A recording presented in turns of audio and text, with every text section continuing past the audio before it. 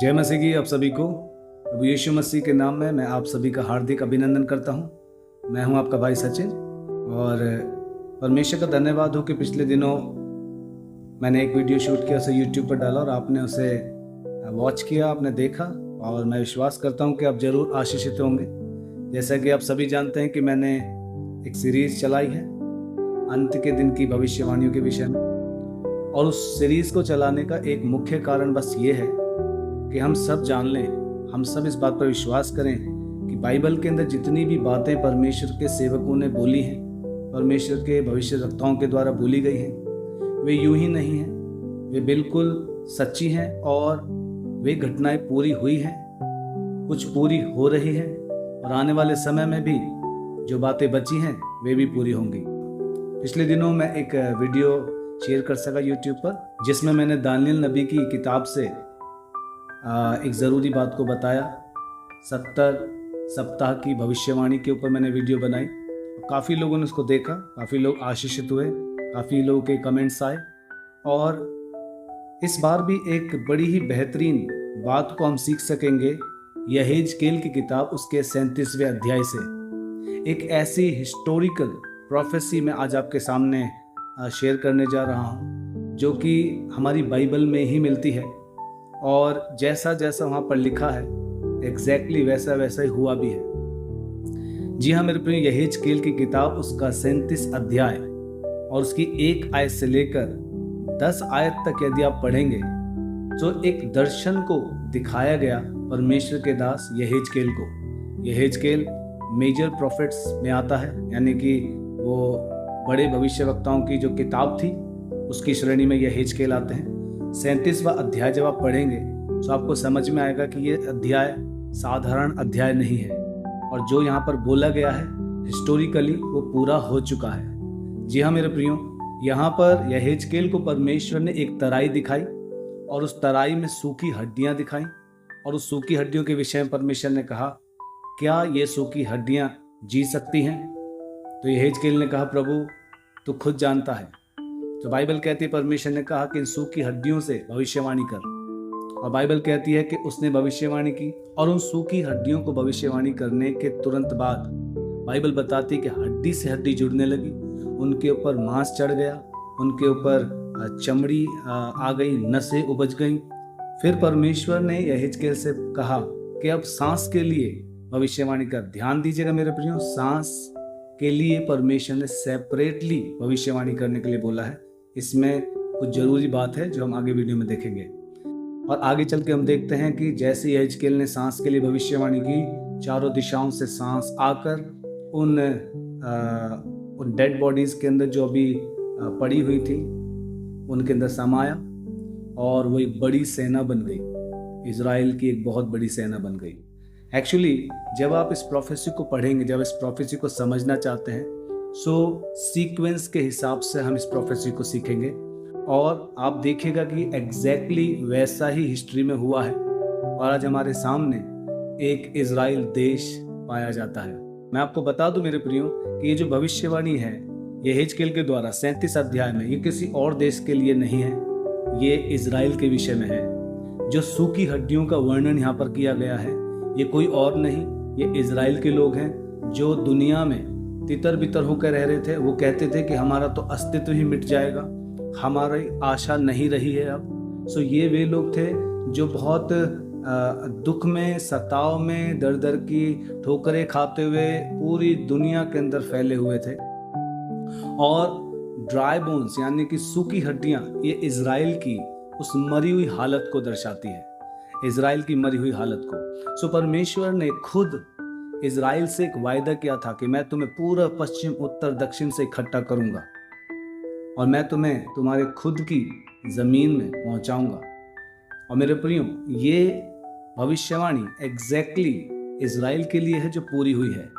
सो सूखी हड्डियों से जब भविष्यवाणी करने का परमेश्वर से कहा, अगर आप 7वीं आयत को देखें तो परमेश्वर ने अपने दास यहेजकेल से कहा कि इन सूखी हड्डियों से भविष्यवाणी कर। और उसने बाइबल बताती है इस आज्ञा के अनुसार मैं यानी कि यहेजकेल भविष्यवाणी करने लगा और मैं भविष्यवाणी कर ही रहा था कि एक आहट आई और भूईडोल हुआ और वे हड्डियां इकट्ठी होकर हड्डी से हड्डी जुड़ गईं। मैं देखता रहा कि उनमें नसें उत्पन्न हुईं और मांस चढ़ा और वे ऊपर चमड़े से ढप गईं, परंतु उनमें सांस कुछ ना थी। ये 2 आयतें बड़ी इंपॉर्टेंट हैं समझने के लिए। परमेश्वर ने यहेजकेल से कहा कि भविष्यवाणी कर, उसने करना शुरू कर दिया और बाइबल बताती है कि हड्डी से हड्डी जुड़नी शुरू हो गई। और यहाँ पर एक चीज और बड़ी जरूरी है, ध्यान देने वाली 2 चीजें हुई हैं। भविष्यवाणी कर ही रहा था कि एक आहट आई और भूईडोल हुआ। मेरे प्रियो, अगर आप हिस्ट्री पढ़ेंगे तो इजराइल इत्तिफाक से नहीं बन गया है। इजराइल के पीछे, इजराइल नेशन बनने के पीछे या उसका देश में परिवर्तित होने के पीछे एक हिस्ट्री है। उस इतिहास को हमें जानना जरूरी है। ये जो घटना है ये फर्स्ट वर्ल्ड वॉर और सेकेंड वर्ल्ड वॉर को भी दर्शाती है। अगर आप ध्यान दें, एक आहट आई और वहां पे एक शब्द आया भूईडोल हुआ। ये आहट और भूईडोल किसी चीज को दर्शाता है। जब आप 7वीं आयत को और 8वीं आयत को पढ़ते हैं तो वहां पर यूं लिखा है, इस आज्ञा के अनुसार मैं भविष्यवाणी करने लगा और मैं भविष्यवाणी कर ही रहा था कि एक आहट आई और भूईडोल हुआ और वे हड्डियां इकट्ठी होकर हड्डी से हड्डी जुड़ गई। मैं देखता रहा कि उनमें नसें उत्पन्न हुई और मांस चढ़ा और वे ऊपर चमड़े से ढप गई, परंतु उनमें सांस कुछ ना थी। ये 2 आयतें मेरे प्रियो इतिहास की सबसे इंपॉर्टेंट आयतें हैं। इस भविष्यवाणी की सबसे इंपॉर्टेंट आयतें हैं, इन पे ध्यान देना जरूरी है। अभी इजराइल नेशन बना नहीं है, लेकिन 2 बातें बड़ी इंपॉर्टेंट लिखी वहां पर। पहली बात आहट आई, दूसरी बात भूईडोल हुआ। ये आहट और भूईडोल किस चीज को दर्शाता है? ये आहट और भूईडोल किसी और चीज को नहीं दर्शाता मेरे प्रियो। अगर आप हिस्ट्री उठा के देखें, इजराइल के बनने से पहले फर्स्ट वर्ल्ड वॉर हुआ, क्योंकि भविष्यवाणी करने से पहले बाइबल कहती है कि क्योंकि यहेजकेल जब भविष्यवाणी कर रहा है तो वहां पर आहट और भूईडोल का क्या मतलब है? ये आहट और भूईडोल किसी और चीज को नहीं दर्शाता। अगर आप हिस्ट्री ध्यान से समझेंगे, इस प्रोफेसी को आपको सही से समझना है, तो ये फर्स्ट वर्ल्ड वॉर को दर्शाता है। और फर्स्ट वर्ल्ड वॉर जो कि 1940 से लेकर 1918 तक हुआ, 1914 से लेकर 1918 तक फर्स्ट वर्ल्ड वॉर चला। और इसी दौरान ब्रिटेन ने साथ दिया इस जूइश कम्युनिटी का, जो बहुत थोड़े थे। लेकिन अगर आपने हिस्ट्री में पढ़ा है, 1917 में, 1917 में एक डिक्लेरेशन हुई, बालफोर डिक्लेरेशन। इस बालफोर डिक्लेरेशन की पिक्चर मैं यहाँ पे डाल दूंगा कि उस डिक्लेरेशन में क्या लिखा हुआ था। उस डिक्लेरेशन में लिखा हुआ था कि इजराइल को उसका होमलैंड दिया जाए फलस्तीन में। फलस्तीन में उन्हें जगह देने की या उनका खुद का देश देने की डिक्लेरेशन बालफोर में हुई। बालफोर डिक्लेरेशन में इसको मेंशन किया गया। आप इसमें जो मैंने लेटर डाला है आप उसे पढ़ सकते हैं। ये हिस्ट्री के अंदर हुआ। अभी इजराइल को सपोर्ट मिलना शुरू हुआ, तो आपने ध्यान दिया, हड्डी से हड्डी जुड़ना, that is a support for Israel from British government. Okay, and then आगे देखते हैं कि उस पे नसें उपजी, उस पे मांस चढ़ा, उस पे जो है चमड़े से वो सारी हड्डियां ढप गईं। इट मीन्स ये इजराइल का ग्रो होने का समय चालू हो गया। मेरे प्रियो, आप ध्यान दीजिए, पहले हड्डियां सूखी हुई थी, लेकिन अभी भविष्यवाणी के पश्चात हड्डियां सूखी नहीं है, लेकिन भविष्यवाणी करते समय यहेजकेल ने कुछ चीजें नोट की। पहला आहट और दूसरा भूईडोल। ये आहट और भूईडोल मैंने बताया फर्स्ट वर्ल्ड वॉर को 30 देश आपस में लड़ रहे थे, और ये जो वर्ल्ड वॉर था ये वर्ल्ड वाइड है। सो ऑफ कोर्स के मिसाइल्स हैं, लड़ाई है, धमाके हैं। सो ये जो भूईडोल है और ये जो आहट है, एक्चुअली इंग्लिश में नॉइज लिखा है शब्द, नॉइज एंड क्रैकिंग। सो ये जो शब्द है बड़े इंपॉर्टेंट, इनको ध्यान रखना कि आखिर ये सब चीजें क्यों हो रही हैं। क्योंकि ड्राई बोन से वो प्रोफेसी करा, बट ये चीजें यहाँ पे मेंशन करने की क्या जरूरत है? Actually it is about world war. So पहला विश्व युद्ध जो हुआ उसके तुरंत बाद, उसी के दौरान 1917 में एक डिक्लेरेशन हुआ, बालफोर डिक्लेरेशन, जिसमें फलिस्तीनियों की जमीन में, जिसमें इजराइलियों को उनका देश देने की बात हुई, डिक्लेरेशन हुई। लेकिन अगर आपने ध्यान दिया है, मैंने इसलिए पहले ही जब मैंने आयतें पढ़वाई तो मैंने आपसे पहले ही कहा कि इन बात पे जरूर ध्यान देना। अभी हड्डियों से भविष्यवाणी करने के लिए बोला परमेश्वर ने, और ऐसा हो गया, और उनके ऊपर मांस चढ़ गया, नसें उपज गई, चमड़ा लग गया। बट अभी भी ये बॉडी तो है बट डेड है ना। परमेश्वर ने फिर यहेजकेल से कहा कि सांस से भविष्यवाणी कर। एक्चुअली सांस से भविष्यवाणी करना बड़ा ही स्पेसिफिक तरीके से परमेश्वर ने लिखवाया है। क्या इसके पीछे कोई ना कोई तो राज है, कोई ना कोई तो खास बात है कि सांस स्पेसिफिकली अलग से प्रोफेसाई क्यों करवाया है।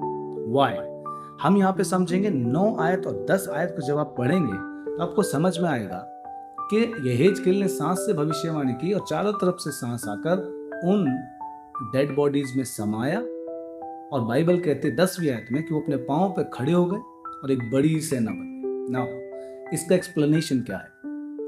जब इजराइल के लिए डिक्लेरेशन हुई, बालफोर डिक्लेरेशन 1917 में, 1917 में, सो कई अरब नेशंस उसमें बाधा बने।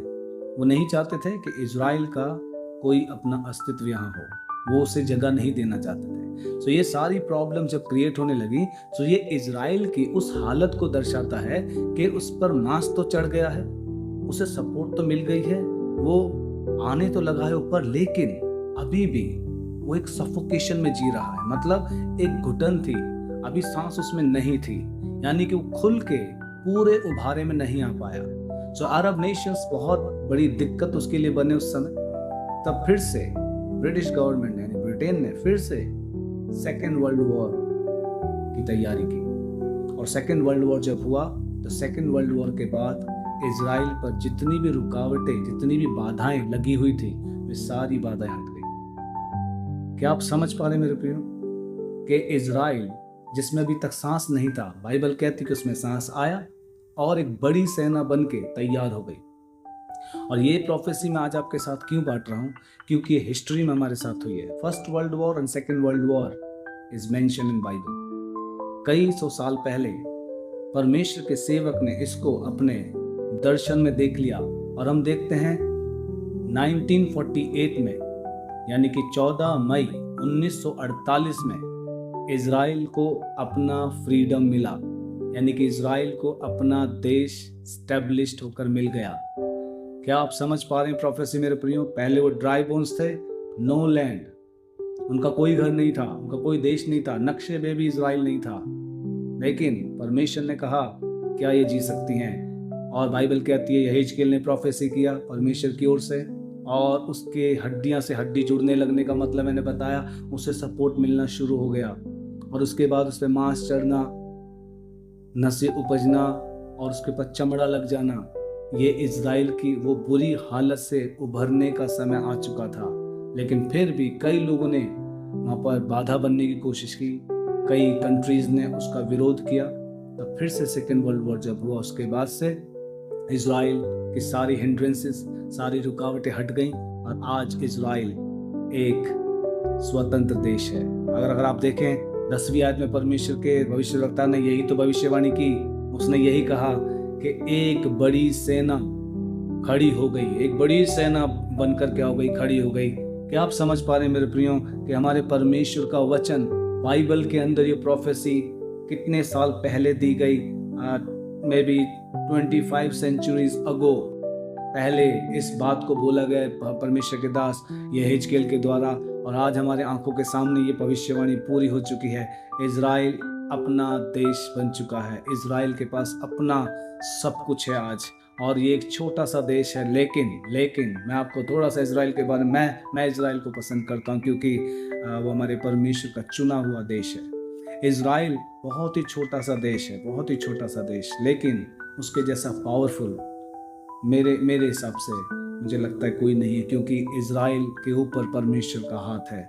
आप सब इजराइल के लिए दुआ किया करें। और ये प्रोफेसी परमेश्वर के वचन में हम जो पढ़ रहे हैं, यहेजकेल 37 अध्याय में परमेश्वर ने खुद इजराइल को बनाया है। परमेश्वर ने जो वायदा इजराइल से किया था उसने हिस्ट्री में पूरा किया। First world war and second world war Israel का एक पूरी पिक्चर बदलने का समय था। और सेकेंड वर्ल्ड वॉर के बाद हम देखते हैं इजराइल 10 मई 1948 में एक स्वतंत्र देश लेकर आज वो एक अपनी ज़मीन, अपना देश, उसका सब कुछ अपना, वो एक आज़ाद कंट्री है। परमेश्वर का वायदा पूरा हुआ और एक बड़ी सेना बनकर खड़ी हो गई का मतलब इजराइल अपने पैरों पर खड़ा हो गया। एक समय जिसको कोई नहीं जानता था, एक समय जिसको कोई पूछता नहीं था, एक समय जो तितर बितर होकर रहता था, परमेश्वर के वायदे उस देश के जीवन से पूरे हुए। तो मेरे प्रियो, आप में से कितने लोग इस बात को समझ पाए कि जो बाइबल आप पढ़ते हो, बाइबल कोई साधारण किताब नहीं है। उस बाइबल को कोने में मत रखिए, उस बाइबल को पढ़िए, क्योंकि उसका एक एक वचन हमारे हृदय को बदलने की ताकत रखता है, हमारे जीवन को बदलने की ताकत रखता है। परमेश्वर का वचन सच्चा है। बाइबल कहती है आसमान और ज़मीन टल जाएंगे लेकिन परमेश्वर की कही हुई बातें कभी नहीं टलेंगी। मेरे प्रियो, परमेश्वर आपको बहुत बहुत आशीष दे। इस छोटी सी वीडियो से मैं आपको जस्ट एनकरेज करना चाहता था कि जैसे परमेश्वर ने बाइबल में जो भविष्यवाणी की वो हमारी आंख के सामने पूरी हुई है, इसका मतलब आगे की जितनी भविष्यवाणियां वे सब भी पूरी होंगी। परमेश्वर आपको ब्लेस करे। प्रार्थना करें, यीशु जल्दी आने वाला है, उसके वचन पर विश्वास करें और अपने यीशु को हमेशा धन्यवाद देते रहें कि उसने आपको और मुझे चुन लिया है ताकि हम उसके साथ स्वर्ग में रह सकें। प्रभु आप सभी को बहुत बहुत आशीष दें। जय मसीह की।